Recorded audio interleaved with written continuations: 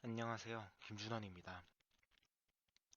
이번에는 국제정보올림피아드 2011년에 출제된 경주 문제를 풀어보도록 하겠습니다. 이 트리에서 길이가 k인 단순 경로들을 모았을 때, 즉 경로의 간선의 가중치 합이 k인 단순 경로들 가운데 사용하는 간선의 수가 최소인 경로의 간선의 수를 묻고 있습니다. 이 문제는 국제정보올림피아드 문제인 만큼 그냥은 풀기 어려울 거니까 부분 문제를 봅니다. 부분 문제 1에서는 트리가 아니라 직선이 주어집니다. 트리가 아니라 직선이 주어진다면 이렇게 길이 n인 배열이 있고 부분합이 k인 ij 쌍들 중에서 j 빼기 i 더하기 1의 최소값을 구하는 문제가 되겠죠. 이렇게 배열에서 문제가 주어지면 슬라이딩 윈도우 기법으로 이렇게 두 개의 포인터를 유지해가면서 풀 수 있을 것입니다. 하지만 이 방법을 트리로 확장할 수가 있을까요? 어림도 없죠. 그러니 우리는 어떻게 풀지 모를 때에는 분할 정복 방법을 생각을 해봅니다. 배열에서 하는 분할 정복은 이렇게 진행이 되죠. 배열을 두 쪽으로 자르면 배열 안에 있는 모든 구간은 다음 세 가지 중 하나로 분류된다. 이렇게 배열 왼쪽 절반에만 포함되는 구간, 오른쪽 절반에만 포함되는 구간, 이렇게 두 개의 경우는 재기적으로 처리하고 우리가 재기함수에서 처리해 줘야 될 거는 이렇게 배열 왼쪽 절반과 오른쪽 절반에 걸치는 구간만 처리를 해주죠. 트리에서도 이렇게 비슷하게 하면 좋지 않을까 라는 생각을 할 수가 있는데, 여기서 트리 중심이라는 개념이 등장을 합니다. 모르시면 오른쪽 위에 있는 트리의 중심 또는 센트로이드 분할에 관한 강의를 보고 배워보세요. 크기 n인 트리에서 트리의 중심이란 이 정점을 루트로 삼으면 루트의 모든 서브 트리의 크기가 2분의 n 이하가 되는 정점을 뜻해요. 그리고 이런 트리의 중심은 항상 존재하겠죠. 트리의 중심이 항상 존재하니까요. 이 트리의 중심을 루트로 잡습니다. 그러면 루트 밑에 있는 이 세모처럼 생긴 모든 서브 트리 크기는 원래 트리 크기의 절반 이하가 될 거예요. 이렇게 하면 아까와 유사한 방식으로 분할 정복을 할 수 있고, 이 경우에 시간 복잡도가 보장이 되겠죠. 트리의 모든 경로는 이렇게 세 가지 중 하나로 분류가 되고요. 첫 번째는 서브 트리 중 하나에 완전히 속하는 경로, 두 번째로는 서브트리 중 하나에서 시작해서 루트에서 끝나는 경로, 세 번째로는 서로 다른 두 서브트리의 정점을 잇는 경로, 이렇게 세 가지 중 하나로 나눌 수가 있게 됩니다. 이 중 첫 번째인 서브트리 중 하나에 속하는 경로는 재기적으로 처리를 해주고요. 두 번째와 세 번째인 트리 루트를 포함하는 경로는 트리 중심에서, 즉 전체 트리에 대해서 처리할 때 재기함수의 본체에서 처리를 해주게 됩니다. 즉 서브 트리 중 하나에 속하는 경로를 재기적으로 처리를 하게 되면요, 이 각각의 서브 트리 안에서 다시 트리 중심을 찾아서요, 트리 중심의 서브 트리들로 정점들을 분류하고요, 이 안에서 다시 트리의 중심을 잡아서 이렇게 재기적으로 처리를 해줄 수가 있겠죠. 이제 재기함수의 본체에서 무엇을 해야 되는지를 봅시다. 제일 먼저 해야 되는 건 트리의 중심을 찾는 일이겠죠. 그리고 이제 트리의 루트를 포함한 경로들을 모두 고려해주기 위해서 각 정점의 깊이와 루트에서의 거리를 구하기 위해 DFS를 수행해 줍니다. 이 DFS에서는 각 정점에 대해서 돌면서 각 정점의 깊이와 이 정점의 루트에서의 거리를 모두 다 구합니다. 그리고 이들 중 서로 다른 두 서브트리에 속하면서 루트와의 거리 합이 k인 정점들을 모두 보면서 깊이의 합의 최소값을 구해줍니다. 여기서 아까 말했던 걸 기억하시는 분들도 있을 거예요. 루트에서 서로 다른 두 서브트리에 속하는 정점들의 거리도 고려해줘야 되지만 루트와 다른 정점까지의 거리도 고려해줘야 됐죠. 그거는 조금 이따가 생각해 보기로 하고, 지금은 서로 다른 두 서브트리에 속하는 정점 사이로 오가는 경로의 간선의 개수, 즉 두 정점을 루트로부터의 깊이 합의 최소값만을 생각을 해보겠습니다. 하지만 걱정하지 마요. 루트에서 끝나는 경로는 여기서 간단한 처리만 한번 해주면은 구할 수 있게 됩니다. 이걸 단순히 생각하면은 이 두 서브트리에 대해서도 깊이 합의 최소값을 구해줘야 될 거고요. 이 두 서브트리에 대해서도 구해줘야 되고, 이 두 서브트리에 대해서도 구해줘야 됩니다. 이렇게 하면 서브트리 개수의 제곱에 비례하는 시간이 걸리게 되니까 이렇게 하면은 시간 안에 돌릴 수가 없겠죠. 즉 서브트리를 신경 쓰지 말고 우리가 찾은 모든 정점을 루트와의 거리 순으로 일단 정렬을 해봅시다. 즉 루트와의 거리가 1인 정점, 거리가 2인 정점, 이렇게 거리가 k인 정점 또는 거리가 k보다 더 멀리 떨어져 있는 정점까지 있을 수 있겠습니다. 그러면 이들 정점을 거리가 1인 정점과 거리가 k 빼기 1인 정점, 거리가 2인 정점과 거리가 k 빼기 2인 정점과 같이 묶어서 볼 수가 있게 되겠죠. 그럼 여기서 적절한 처리를 해줄 수가 있겠죠. 이제 예시를 들어보겠습니다. 이런 예시 트리에서 정점들을 모두 조사한 결과 이런 결과가 나왔다고 합시다. 뭐 극히 인위적이어 보이지만 그건 그렇다 칩시다.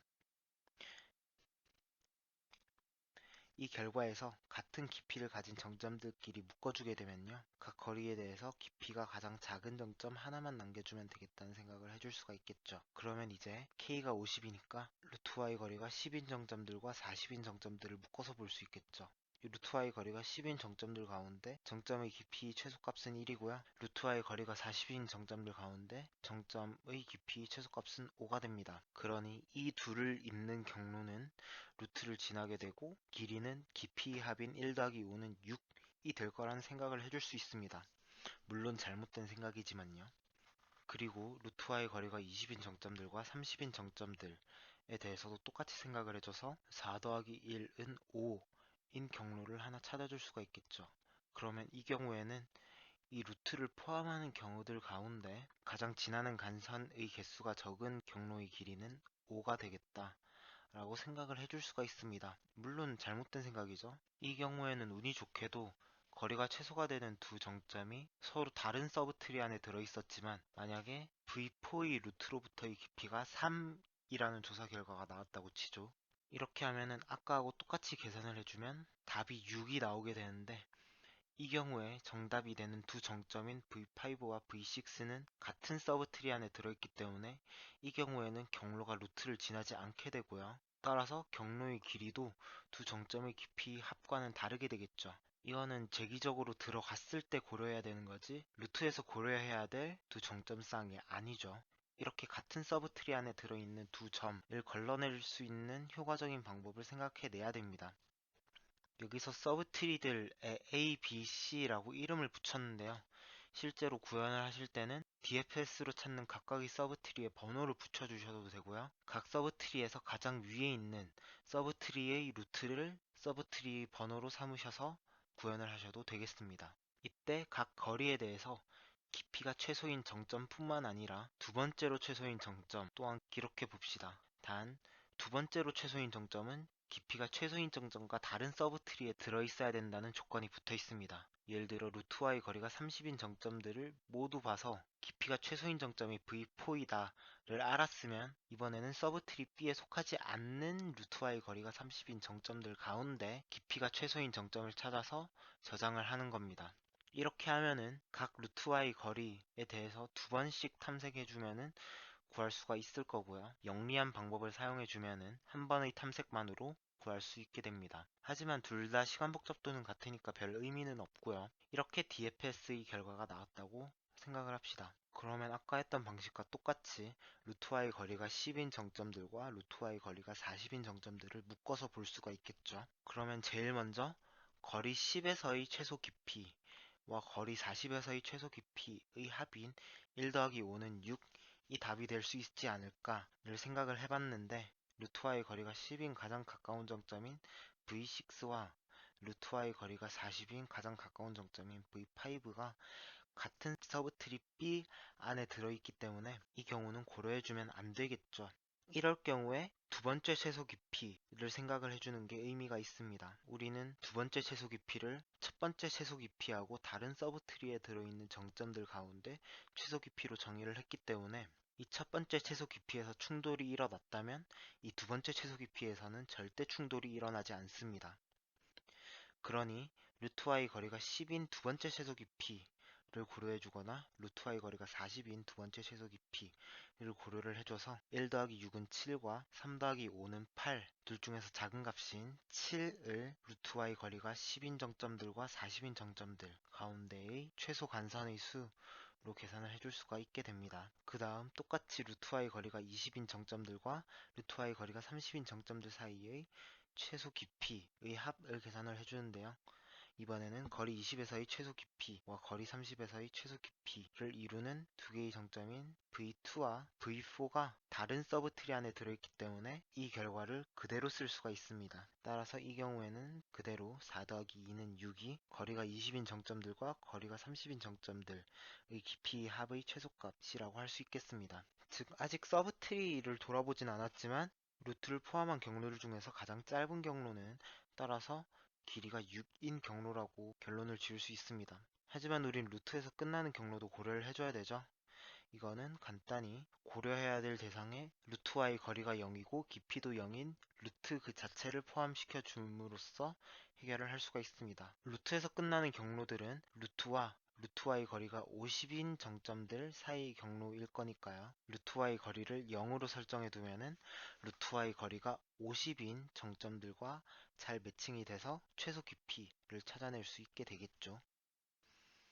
이제 우리는 트리 루트를 포함한 경로를 구하는데 성공했습니다. 그리고 우리는 트리 중심분해를 이용해서 서브트리 중 하나에 속하는 경로를 재기적으로 처리를 해줄 수가 있겠죠. 그래서 아까 말한 각각의 동작들을 각각의 서브트리에 대해서 재기적으로 똑같이 수행하게 할 수가 있습니다.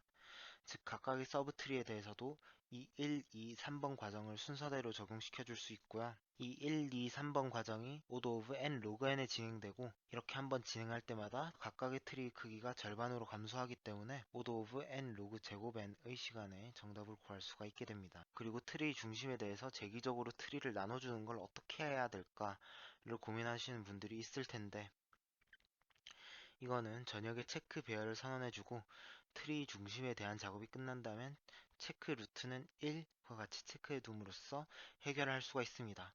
그러면 부분 트리에서 과정을 돌 때는 체크되지 않은 정점들만 실제로 존재한다고 여기고 만약 DFS에서 방문했지만 이 정점의 체크는 1이다.